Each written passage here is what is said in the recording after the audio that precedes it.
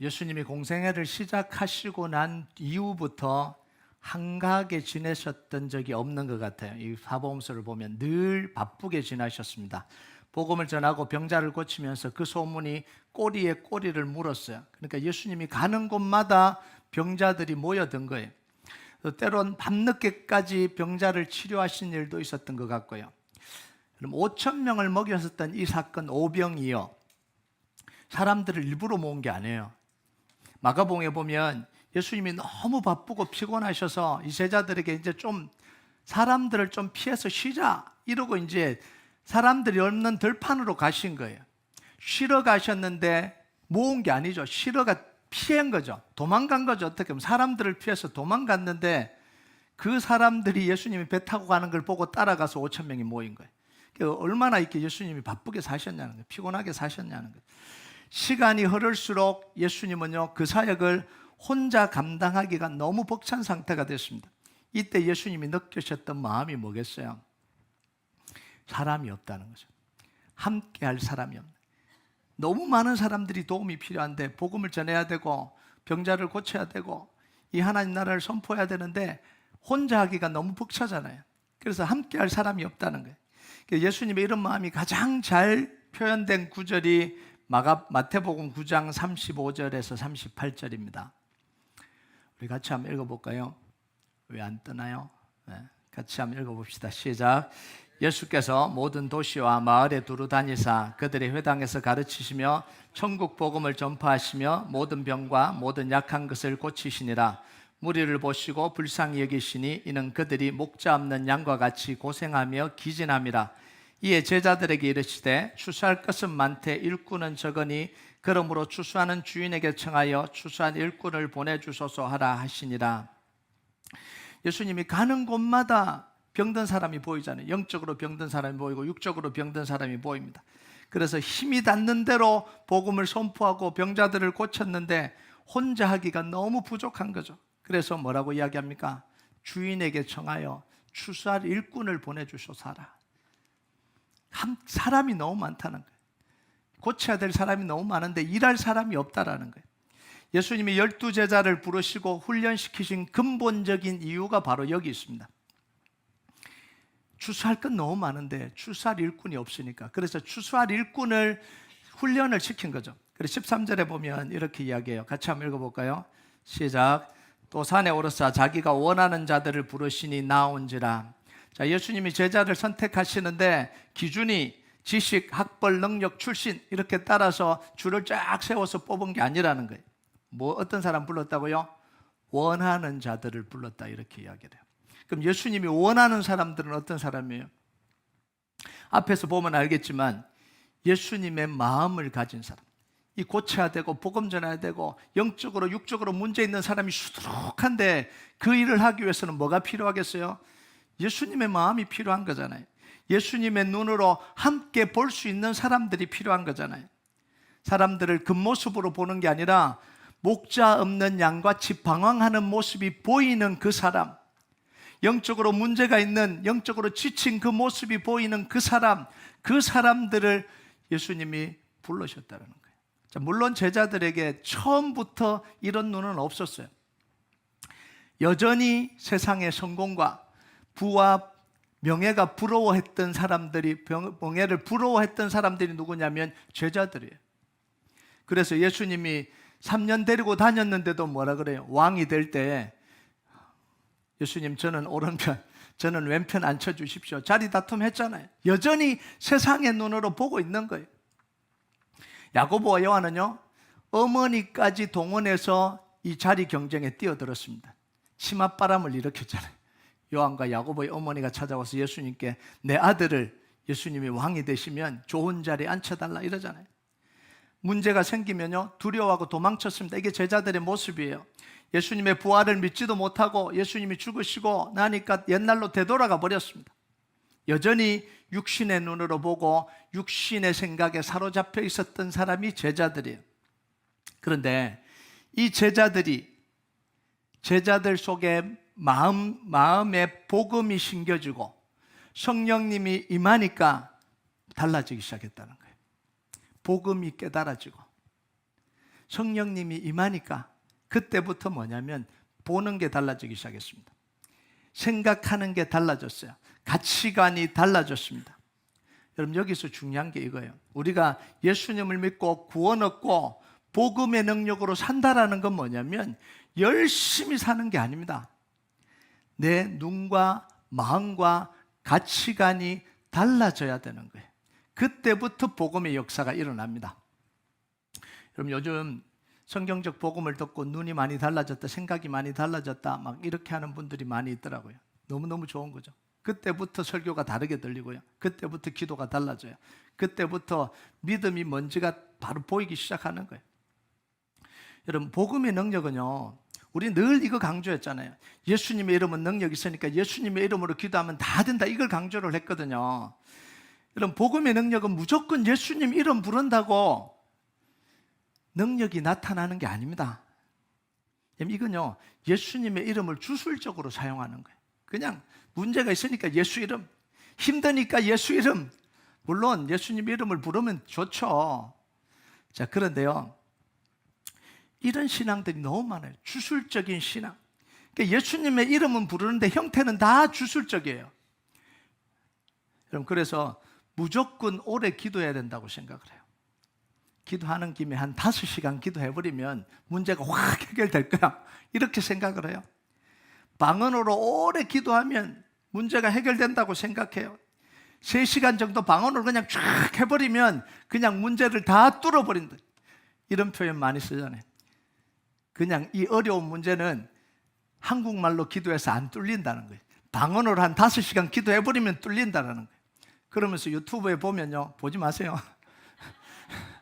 3시간 방언 기도, 5시간 방언 기도 쫙, 그게 사람들이 몰려갖고 난리예요. 아니, 성경에 어디에서 한국말로 기도하면 안 되고 방언 기도 3시간 하면 뚫린다라는 이야기가 도대체 성경에 어디 나와요? 그게 어디 성경적이에요? 여러분, 방언 기도 하지 말라는 이야기가 아닙니다. 저도 방언 기도 하잖아요. 저도 방언 기도 하는데 잘못되게 자꾸 적용을 하는 거예요. 이걸 자꾸 예수 이름이 능력이라 그러니까 그냥 아무데나 예수 이름 사용하면 되는 줄 알아요. 죽도록 예수 이름 부르면 되는 줄 알아요. 방언이 능력이 있다 그러니까 이것도 검증을 해봐야 되겠지만 한 10분 하는 것보다 한 3시간 정도는 해야, 5시간 정도는 주구장창 해야 뭔가가 확 뚫리긴 뚫립니다. 속이 확 뚫려요. 속이 확 뚫립니다. 진짜 한번 해보세요. 속이 확 뚫리고 정신이 몽롱해지고요. 그치? 환각작용이 일어나요. 여러분 한번 5시간 동안 샬라샬라 해보세요. 어떻게 되나? 예. 여러분, 그걸로 역사가 일어나는 게 아닙니다. 믿음은요, 복음으로 보는 것과 생각하는 것과 가치관이 달라지는 게 먼저입니다. 그리고 기도를 시작해야 되는 거예요. 그래서 왜 기도해야 되는지, 어떤 기도해야 되는지를 배워야 되는 거예요. 여러분, 방언을 배우는 게 아니고 왜 기도해야 되는지를 배워야 되는 거예요. 어떻게 기도해야 되는지를 배워야 되는 거예요. 여러분, 그 근거는 뭐냐면 하나님의 말씀이에요. 하나님의 약속의 말씀을 근거로 해서 기도를 해야 되는 거예요. 여러분, 달라진 생각과 가치관으로 뭘 기도하는 거예요? 말씀의 약속이 이루어지기를 위해서 기도하는 겁니다. 이 약속의 말씀이 이루어지기 위해서 기도한다면 2시간, 3시간 하세요. 그러잖아요. 그 약속을 붙들고 기도한다면 그 기도는 능력이 있겠죠. 예수님이 십자가에서 모든 문제를 끝내셨다는 확고한 믿음을 가지면 문제를 보는 생각이 달라지잖아요. 마음이 달라지잖아요. 가치관이 달라집니다. 경제 문제, 가정의 문제, 자녀들의 문제, 내 인생의 문제의 해답을 하나님이 가지고 계신다고 생각을 하면 5시간 방언 안 할 거 아니에요. 뭐 하겠어요? 하나님께 물어야 되겠죠. 하나님이 진짜 해결책을 가지고 계신다라고 믿으면, 그 가치관이 그렇게 되면 하나님께 듣는 기도를 하겠죠. 질문하고 듣는 기도를 하겠죠. 하나님, 이 문제는 어떻게 해야 됩니까? 이 상황은 어떻게 해야 됩니까? 먼저 묻고 듣는 게 먼저잖아요. 확인이 돼야 되잖아요. 이 문제가 왜 왔는지, 이 문제를 어떻게 이기는지 확인이 돼야 되잖아요. 그냥 예수 이름은 계속해서 부르고 있으면 되냐는 거예요. 오늘은 3시간 기도했고 오늘은 5시간 기도했고 오늘 10시간 기도했으니까 됐다. 이제 해결될 거라. 소통이 하나도 안 일어난다. 하나님과 소통이 하나도 안 일어나잖아요. 듣고 난 뒤에는 뭐 해야 돼요? 일단 묻고 들어야 돼. 하나님께 들어야 됩니다. 듣고 난 뒤에는 뭐 해야 돼요? 그것을 행할 수 있는 능력을 달라고 기도해야 되는 거예요. 삶 속에서 실행할 수 있는 능력을 달라고 기도를 해야 되는 거예요. 그게 성령의 능력입니다. 성령의 능력은 그냥 막 예언이 막 나오고 막 안 보이는 게 보여지고 신비한 게 보여지는 게 이게 성령의 능력이 아니라 하나님의 말씀을 들었다면, 하나님으로부터 들었다면 내 문제와 내 상황과 내 이 환경과 이 아픔과 고통에 대한 하나님의 말씀을 들었다면 뭘 해야 돼요? 바꿔야 되잖아요. 그러면 바꾸려면 뭐가 필요한 거예요? 능력이 필요하잖아요. 그 능력을 달라고 기도하는 거예요. 그게 성령의 능력을 통해서 내 삶 속에서 그게 실행되게 해달라고 기도해야 되는 거예요. 여러분, 예수님이요 성령님에 대한 이야기를 하시는데 요 가치관에 대한 이야기를 하세요.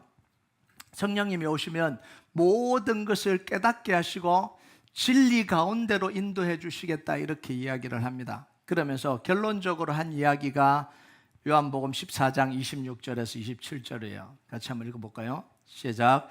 보혜사 곧 아버지께서 내 이름으로 보내실 성령, 그가 너에게 모든 것을 가르치고 내가 너에게 말한 모든 것을 생각나게 하시리라. 평안을 너에게 끼치노니 곧 나의 평안을 너에게 주노라. 내가 너에게 주는 것은 세상이 주는 것과 같지 아니하니라. 너희는 마음에 근심하지도 말고 두려워하지도 말라.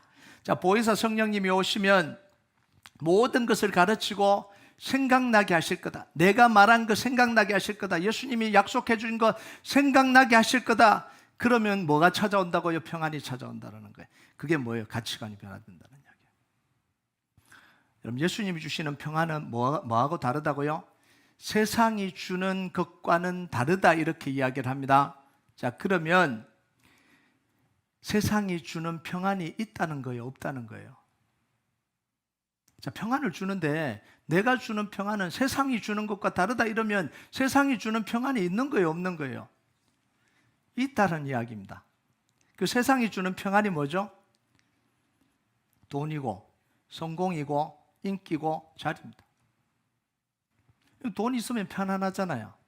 돈이 있으면 만족스럽잖아요. 아닌 것처럼 표정 짓지 마세요. 딱 그렇잖아요. 돈이 없어서 지금 불편하고 돈이 없어서 지금 염려가 되는 거죠. 돈이 있으면 편안해져요. 아멘은 안 하셔도 괜찮습니다. 네. 이런 것들이 만족도 주고 기쁨도 주잖아요. 그래서 사람들이 이걸 붙잡기 위해서 정신없이 달리잖아요. 그래서 돈도 벌고 성공도 하고 인기도 얻고 원하는 자리도 차지합니다. 이게 소위 성공한 사람들. 그래서 세상의 모든 프로그램에는 다 뭐예요? 성공한 사람들 이야기잖아요. 나 이렇게 성공했다, 너도 따라해라. 그래서 이 유튜브나 이런 데 보면 다 그런 것만 보고 싶잖아요. 어떻게 하면 성공할까? 그래서 사람들의 부러움이 대상이 되잖아요. 모든 사람들의 부러움이 대상. 여러분, 이거 무시하면 안 돼요. 이거 너무너무 엄청난 겁니다. 이 세상이 주는 만족도요, 대단한 만족이에요. 자, 그런데 이렇게 살아서는 세상을 이길 수는 없어요. 만족은 얻을 수 있을지 모르는데 이렇게 살아서는 세상을 이길 수는 없어요. 오히려 세상 속에 깊이 종속이 됩니다. 왜냐하면 세상이 주는 이 평안은 일시적이거든요. 상황에 따라서 가변적입니다. 여러분, 돈과 성공과 인기와 자리가 주는 만족은 언제까지 유효하냐면 다른 사람보다 내가 더 가지고 있을 때까지만 효과를 발휘해요. 이게 세상이 주는 만족입니다. 나보다 더 가진 사람과 비교하는 순간 불행의 지옥으로 떨어집니다. 자기가 아무리 많이 가져도 나보다 더 가진 사람, 나보다 더 행복해 보이는 사람, 이 사람을 만나면 갑자기 불행해져 버려요. 그러면 뭐 하는 거예요? 또 그걸 메이크업하기 위해서 또 노력을 하는 거예요. 또 돈을 더 벌거나 더 높은 자리로 올라가거나 나보다 인기 이 사람보다 더 인기가 있어지려고 하는 그런 노력을 또 하기 시작하는 거예요. 그러면 또 지옥이 시작이 되는 거죠. 여러분, 그래서 세상이 주는 이 평안은요, 뭐하고 같이 오냐면 늘 염려와 근심과 같이 와요. 행복했던 것 같은데 보면 또 불행한 거예요. 보면 또 두려운 거예요. 염려가 또 생기는 거예요. 그래서 자랑을 하잖아요. 자꾸 자랑을 해요. 만나면 자꾸 자랑을 해요. 자기가 얼마나 행복한지, 자기가 얼마나 성공했는지, 자기가 얼마나 잘 됐는지 자꾸 자랑해요. 그런데 속에 보면 다 문드러져 있는 거예요. 속은 다 문드러져. 왜냐하면 그 자랑을 왜 하냐면 그 자랑을 통해서 내가 만족을 느끼려고 그러는 거예요. 그래서 사람들이요, 우울증이 오면 사람을 안 만나려고 그래요. 우울증이 오면 사람을 안 만나려고 그러는 게 아니고 자기가 자꾸 성공하지 못하면 사람들 안 만나려고 그래요. 자기가 가진 거 없으면 사람들 안 만나려고 그래요. 만나면 비참해지니까. 그런데 가진 게 있고 성공하고 인기를 좀 얻으면 자꾸 만나려고 그래요. 왜냐하면 자랑해야 되니까. 그래서 못 만나니까 우울증 찾아오는 거예요. 집에 계속해서 있는 거예요. 이게 세상이 주는 평안이에요. 그런데 우리 주님이 주시는 평안은 뭐냐면 염려와 걱정을 이기는, 세상을 이기는 평안을 주시겠다, 이렇게 이야기를 해요. 세상이 염려와 걱정이 없는 게 아니라 그 염려와 걱정을 이기는 평안을 주시겠다라는 거예요. 여러분, 요한복음 16장 33절 한번 볼까요? 같이 읽겠습니다. 시작. 이것을 너에게 이르는 것은 너희로 내 안에서 평안을 누리게 하려 함이라. 세상에서는 너희가 환난을 당하나 담대하라. 내가 세상을 이겼노라. 여러분, 예수님 원하는 사람들로 제자를 삼았다라는 건 뭐냐면 바로 이런 사람들을 만들기 위해서요. 염려와 걱정을 안고 살아가는 그 사람들에게 평안을 줄 수 있는, 복음으로 해답을 줄 수 있는, 그렇게 안 살아도 된다라고 말해 줄 수 있는 그 사람들을 세우는 게, 그게 제자로 세우는 겁니다. 좀 세상의 것을 쫓아 따라가는 게 얼마나 헛된 것인지를 알려줄 수 있는 사람들이 제자들이에요. 여러분, 사람들은요, 지나고 나면 꼭 후회를 해요. 지나고 나면 꼭 후회를 합니다. 그리고 지나고 나면 보여요. 여러분, 결혼을 하고 나면 싱글의 삶을 어떻게 살아야 될지 그때 보여요. 싱글로 살아갈 때는 싱글로 어떻게 잘 사는지가 안 보여요. 늘 외롭다 그러고 늘 힘들다 그러고 늘 불안하게 살아가요. 그런데 결혼을 하고 살면 싱글의 삶을 어떻게 살아야 되는지 그때 보이기 시작합니다. 결혼해 본 분들은 아시죠? 은퇴를 하고 나면 일을 어떻게 해야 되는지 그때 보여요. 아니, 은퇴를 했는데 은퇴를 하고 나니까 일을 이제 어떻게 해야 되는구나, 그때 안다니까요. 아프고 나면 건강할 때 어떻게 살아야 되는지 그때 보이는 거예요. 왜냐하면 그때는 안 보여요. 왜냐하면 환경 속에 젖어서 살고 있기 때문에 그래요. 경쟁 속에 살아가고 있기 때문에 그래요. 다르게 살면 뒤처질 것 같은 거죠. 실패할 것 같은 거죠. 다르게 살면, 내가 가진 가치관으로 살아가면 다른 사람이 다 그렇게 안 살기 때문에 나만 뒤처지고 나만 실패하고 나만 망할 것 같은 그런 불안감이 확 찾아오기 때문에 못 사는 거예요. 그렇게요. 그런데 다 지나고 나면 뭘 알게 되냐면 다르게 살아도 괜찮았구나 라는 걸 알잖아요. 그때 다르게 살았어도 안 죽었네. 그때 다르게 살았어도 오히려 더 나았네. 이걸 깨닫게 되잖아요. 여러분, 그 생각을 지금 하시길 바랍니다. 은퇴하고 난 뒤에 할 생각을 지금 하시길.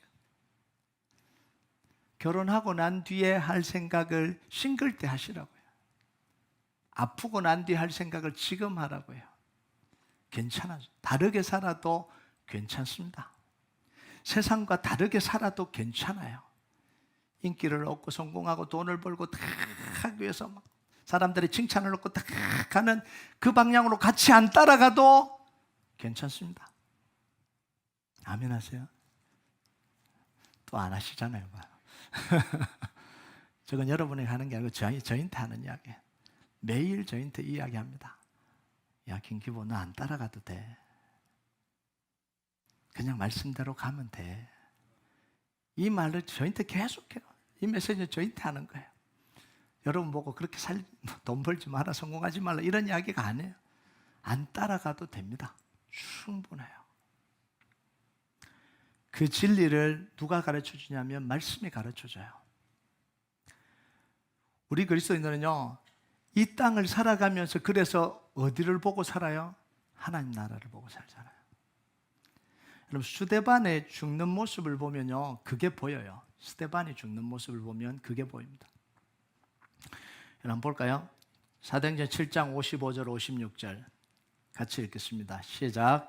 스데반이 성령이 충만하여 하늘을 우러러 주목하여 하나님의 영광과 및 예수께서 하나님 우편에 서신 것을 보고 말하되 보라, 하늘이 열리고 인자가 하나님 우편에 서신 것을 보노라 한데, 자, 죽음의 위기 앞에 스데반의 눈이 뭘 보고 있어요? 하나님의 보좌가 보이는 거예요. 죽는 순간에 두려움과 이 고통이 찾아온 게 아니라 하나님의 보좌가 보인 거예요. 왜 보여줬을까요? 자, 죽는 순간에 다 이게 보일까요?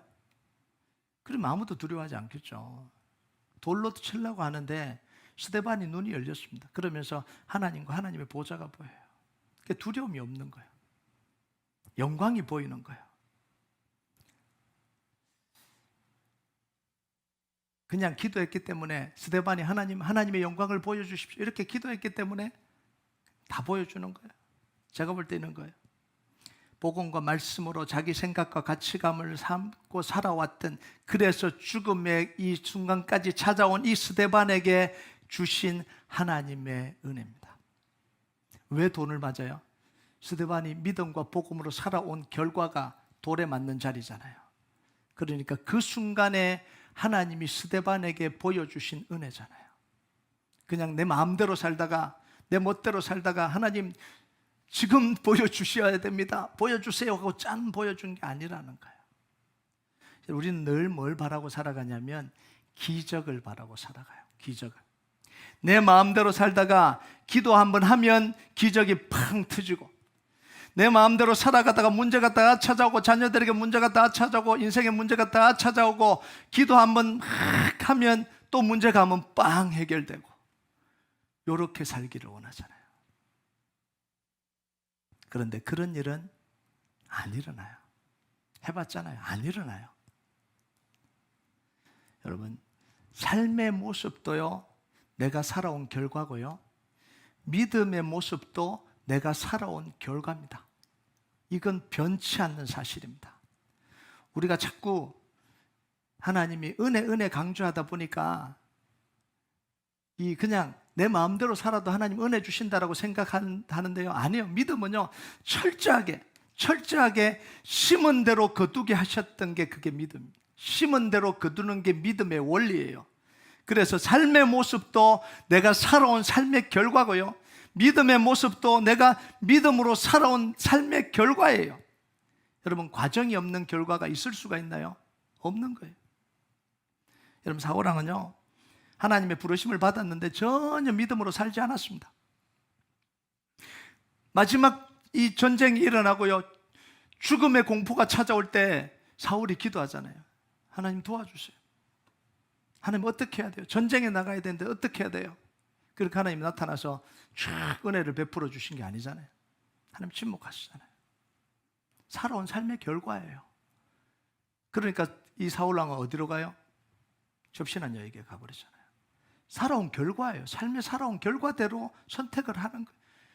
그러니까 그 귀신이 나타나서 너 오늘 죽을 거다, 그래서 전장터에서 죽잖아요.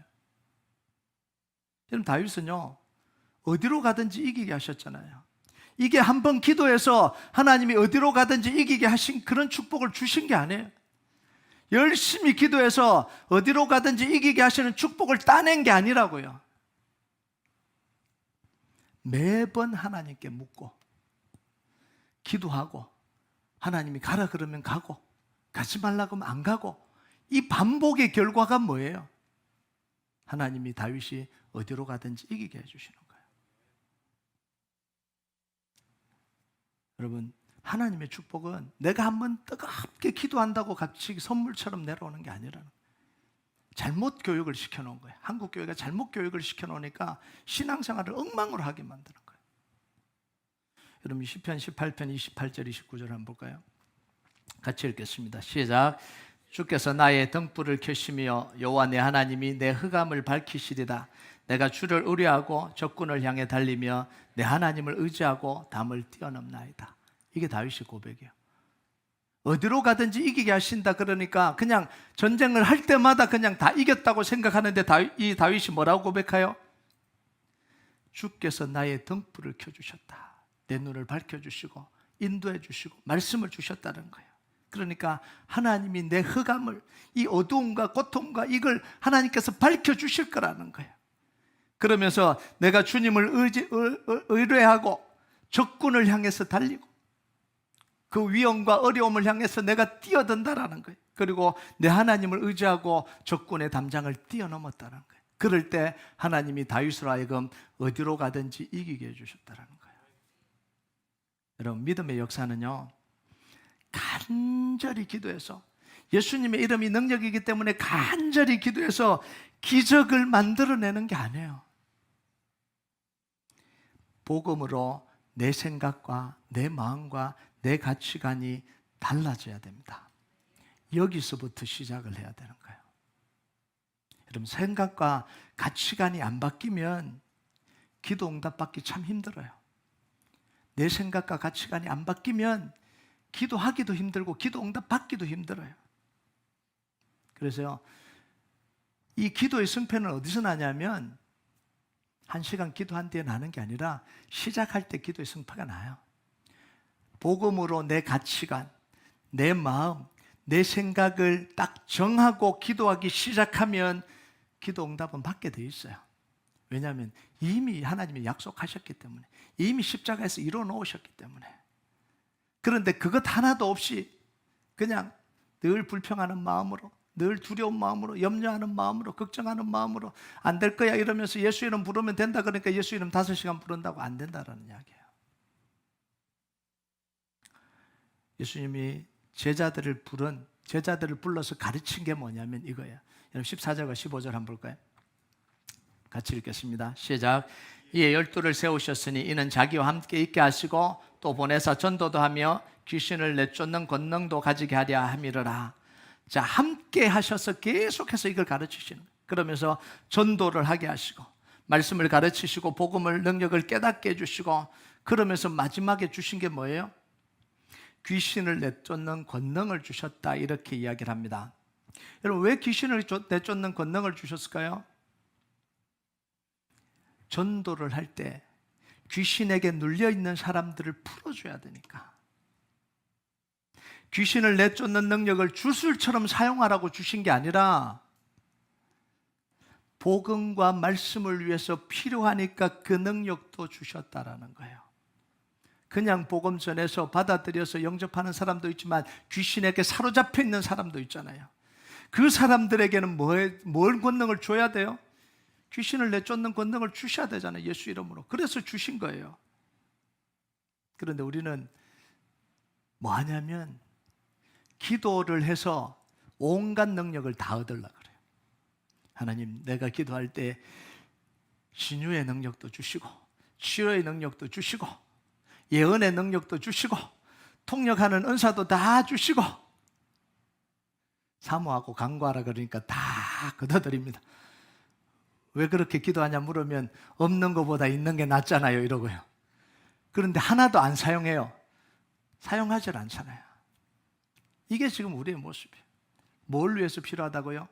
복음을 전하고 전도하고 그 영혼을 하나님 앞에 세워놓을 때 필요한데 자기 능력을 과시하려고 하나님 방언의 은사도 주시고 통역도 주시고 예언할 수 있도록 해주시고 제가 손 얹으면 다 넘어지게도 해주시고 가르치기도 해요. 막 그런 거 막 가르쳐요. 예전에 보니까 예언도 가르치더라고요. 달라스에 있었던 일입니다. 달라스에 몇 목사들이 예언한다고 예언을 막 가르치고 막 그랬던 적도 있어요. 말도 안 되는 소리를 하는 거죠. 여러분, 그게 필요한 게 아니잖아요. 그게 필요한 게 아니잖아요. 자꾸 기적과 능력으로 가려고 하면 우리 신앙이 다 무너져요. 하나님이 필요하면 주실 겁니다. 필요하면 주실 거예요. 복음을 위해서 필요하다면 주실 거예요.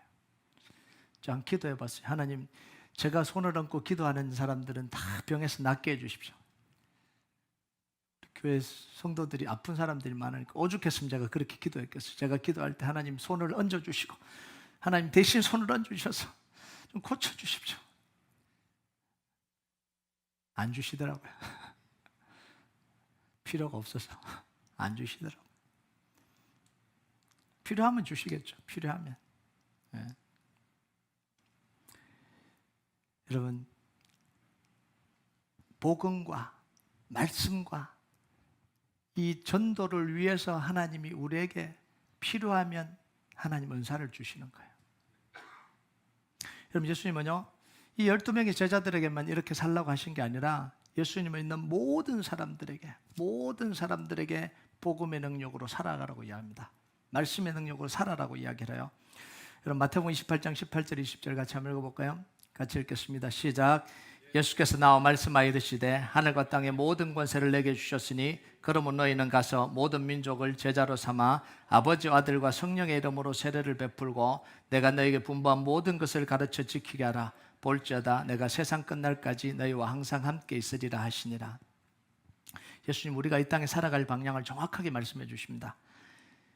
이게 뭐냐면 복음이 능력이 나타나는 방향이고 말씀의 능력이 실현되는 방향입니다. 세 가지를 이야기하잖아요. 첫 번째, 하늘과 땅의 모든 권세를 내게 주셨다. 그러면서 그 권세를 우리에게 주시잖아요. 예수님 우리에게 그 권세를 주시잖아요. 그 권세를 어디에 주십니까? 예수님의 이름 위에, 말씀 위에. 그래서 이 권세는요, 세상이 어떤 것 세상이 이길 수 없는 권세잖아요. 하늘과 땅의 권세잖아요. 하늘의 보좌의 권세잖아요. 세상을 다스리는 권세입니다. 세상을 따라 사는 능력이 아니라 세상을 이길 능력을 주셨다라는 거예요. 그러니까 말씀대로 살아도 안 망한다라는 이야기입니다. 다른 사람처럼 안 살아도 안 망한다라는 거예요. 오히려 하나님이 지키신다라는 거예요. 하늘과 땅의 모든 권세를 가지고 우리에게 말씀하십니다. 제자 삼고 살아라. 그 삶을 살아가면 안 망한다라는 거예요. 뒤처지지 않는다라는 거예요. 두 번째는 뭐냐면 사명입니다. 우리가 이 땅에 살아갈 때 이 땅에 살아가는 목적은 이 땅에 종속되기 위함이 아닙니다. 성공, 인기, 명예, 돈 벌어야 됩니다. 안 벌면 안 되잖아요. 세상을 살기 위한 도구예요. 당연히 벌어야죠. 그런데 그걸 벌기 위해서 세상에 종속되지 말라는 거예요. 종속되지 말라는 거예요. 오히려 하나님 우리에게 주신 사명은 뭐냐면 세상을 이기기 위함입니다. 모든 족속으로 뭐 하라고요? 제자 삼으라라고 이야기해요. 모든 족속으로 제자 삼으라. 복음을 가진 사람, 말씀을 가진 사람으로 살게 하라, 이런 이야기입니다. 그럼 우리 인생은 뭐예요? 나의 직업은 뭐예요? 내 성공은 뭐예요? 그건 우리가 추구해 가는 게 아니라고 계속해서 말씀하십니다. 마태복음 6장 33절 같이 읽겠습니다. 시작. 너희는 먼저 그의 나라와 그의 일을 구하라. 그리하면 이 모든 것을 너희에게 다하시리라. 여러분, 성공이 사명이 아닙니다. 성공은 해야 되지만 성공이 사명이 아니잖아요. 부자가 되는 게 좋습니다. 근데 부자가 사명은 아니에요. 내 이름이 알려지는 거 좋습니다. 안 알려지는 것보다 알려지는 게 훨씬 더 낫죠. 그런데 알려지는 게 사명은 아니에요. 그럼 사명은 뭐냐는 거죠. 나를 통해서 복음의 역사가 일어나는 게 사명입니다. 나를 통해서 생명이 살아나는 게 복음입니다. 나를 통해서 예수 그리스도가 선포되는 게 그게 사명이에요. 이걸 이루기 위해서 하나님은 뭐 해주신다고요? 내 직장, 사업, 꿈, 미래 다 하나님이 사용해 주신다라는 거예요. 근데 우리는 거꾸로 하잖아요.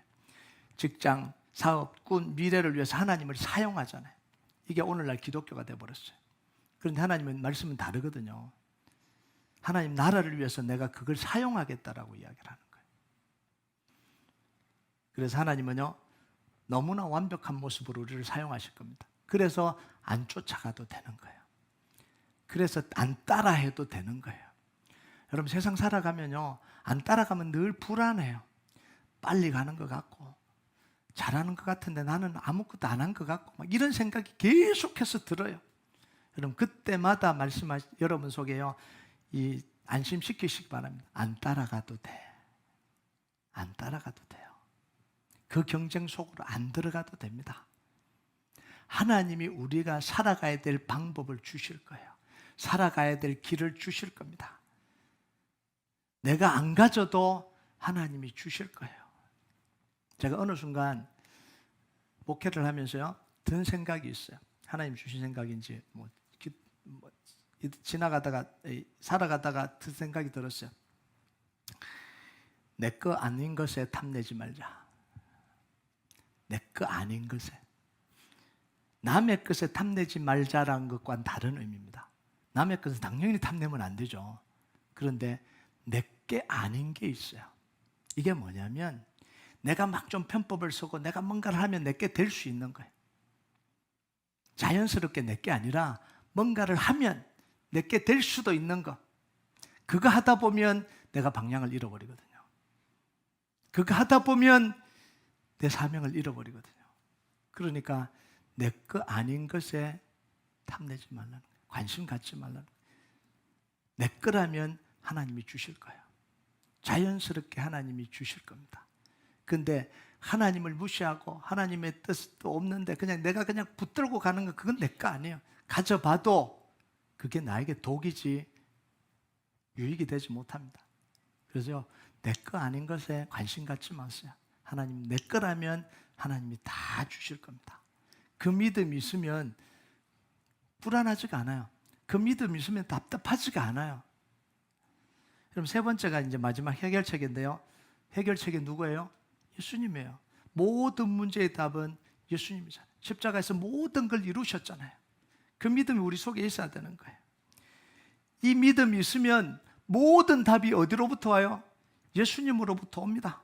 그래서 세상에서 해결책 찾지 말라는 거예요. 사람들에게 해결책 찾지 말라는 거예요. 복음과 말씀 안에서 해결책을 찾아라는 거예요. 그럼 뭐 해야 돼요? 그 문제를 놓고 기도해야 되잖아요. 예수님이 십자가에서 다 이루셨다 그러는데 하나님, 내 아들의 문제는 어디에 답이 있나요? 물어야 되잖아요. 내가 생각할 때 가장 좋은 방법으로 결정하면 안 되잖아요. 그건 내 생각이니까. 하나님, 우리 가정의 해결책은 어디 있나요? 물어야 되잖아요. 그럼 하나님 말씀해 주실 거잖아요. 그럼 하나님이 뭐 할 때까지요?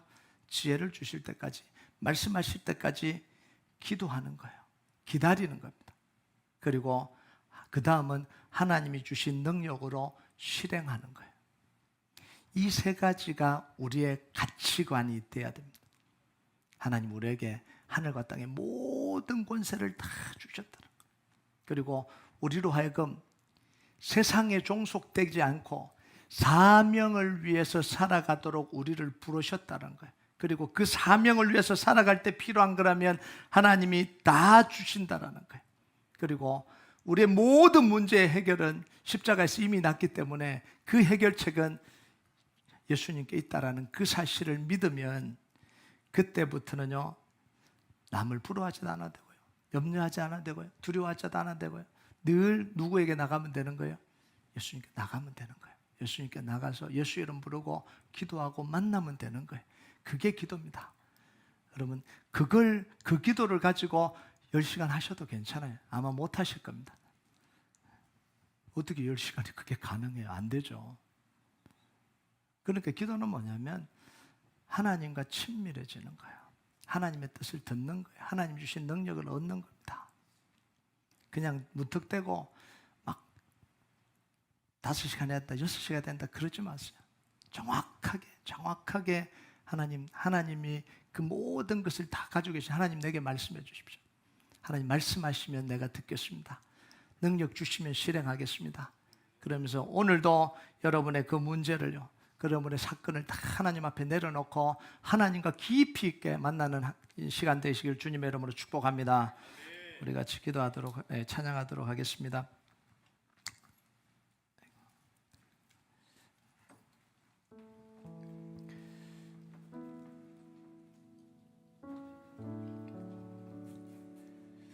이 찬양 하나님 앞에 좀 올려드립시다.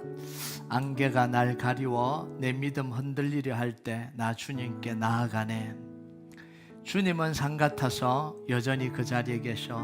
눈을 들면 보이리라 날 위한 그 사랑. 주는 나의 도움이시며 주의 계획 영원하시네. 주의 위엄 앞에 믿음으로 순종해 예배드리네. 오늘 하나님께 나아가기 원합니다. 묻기 원합니다. 만나기 원합니다. 이 마음으로 함께 찬양하겠습니다.